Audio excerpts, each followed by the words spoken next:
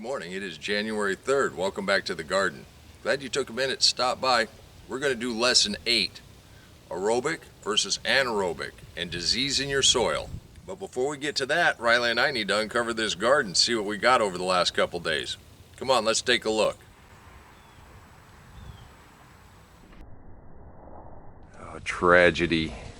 Greenhouse. Look at all that basil. It doesn't like cold at all. The goal was to have fresh tomatoes at Christmas, and we had fresh tomatoes at Christmas.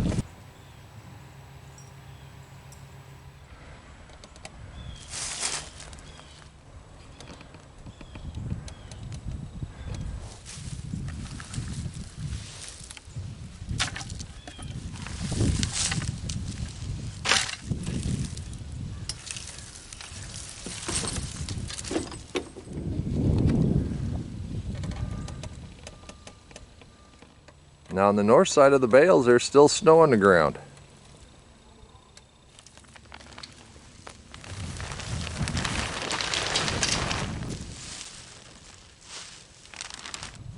With that double layer of plastic, I may have just cooked this.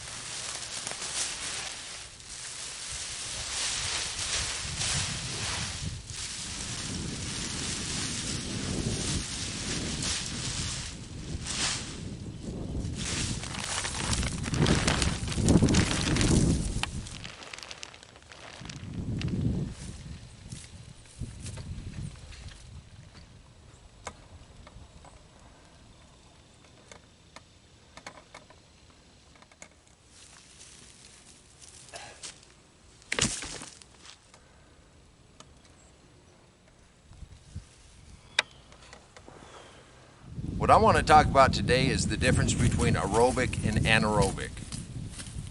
Now, if you look that up on the internet, you're going to find a whole bunch of information about exercise, about the Krebs cycle, about nutrition, about athletes. But that's not what we're talking about. We're talking about aerobic versus anaerobic in the garden. And basically all that means is with oxygen or without oxygen. Now, these lessons were only designed to show you the possibilities, what the new science is teaching us. And hopefully this will be helpful. Remember, Riley and I just didn't want to weed anymore. But all the information we keep finding, it makes this more intriguing. So what does this have to do with aerobic and anaerobic? Well, it appears that there's a bunch of good bacteria and there's a bunch of bad bacteria. There's a bunch of good fungus, there's a bunch of bad fungus. And in a microscope, I bet I could tell you the difference between the little circular blob, which would be a bacteria, a kind of fanny rooty looking thing, which would be a fungus, a little squiggly thing with a mouth, that would be one of your predators. I bet I couldn't tell you which one was which one was good and which one was bad. I do know if you help encourage an aerobic environment, you're going to have more aerobic bacteria and fungus. So it just goes to reason, it's a good thing to encourage an aerobic environment. You let the good bacteria overpower the bad bacteria. Just like if you look up anaerobic versus aerobic and you're talking about sports figures, you can be in the best health in the world and you can still get a disease. Now, I was asked a specific question about blight and tomatoes. Now, 2 years running, I lost all my tomatoes to blight. And that was early on before I started the no-till deep mulch method. But over those years, during the spring, we had a lot of rain and those tomatoes stood in water, which would have been an anaerobic environment. Ever since I started using the mulch, it now drains and I don't have that problem. Now, you put that together with what we've learned just recently. Is that because I've allowed it to become aerobic, where the good bacteria and fungus have built structure underneath the soil going down deep, which allows the water to drain off? Where the good bacteria and the good fungus overpowered the bad bacteria and the bad fungus? I didn't apply any chemicals to it. I did plant in a different area of the garden, but the garden's not that big. You can't get too far away. So if it spreads like wildfire, there's no way to get away from it. So logically, I would conclude by changing the environment to an aerobic environment instead of an anaerobic environment, I allowed the good to overtake the bad. But like I said, even the healthiest person or the healthiest plant can still get a disease. and they're not 100% sure why. Obviously, we do not want disease, but a disease is a life form, and it's going to do its best to stay alive, and it's going to try to find a host, and it's going to try to thrive. You ever seen one of those old Western movies where they're selling snake oil? It's a cure-all, it'll fix everything. Now, if somebody tells you they have a magic bullet to get rid of whatever, I'd be a little skeptical. There are no magic bullets. There's just systems. The more balanced you can get a system, the better that system's going to function.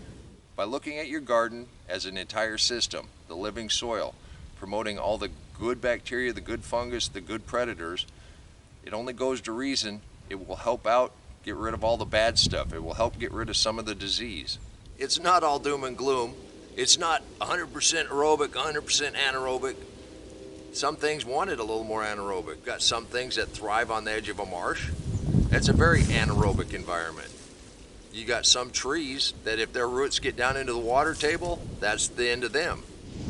Now, why would a little coal frame sitting out in the middle of the garden do better than the greenhouse? You don't suppose it's because it's in an aerobic environment, all that life underneath the ground, providing these plants with everything they need? Where the plants in the greenhouse were in containers, above the ground, sitting on compacted soil, with no life to speak of to help them out, I'll bet it had something to do with it. Me and Riley want to thank you for taking a few minutes to come by the garden, visiting. Hope you got a little something out of this. Until next time, remember, take care of yourself, take care of your family, and God bless you.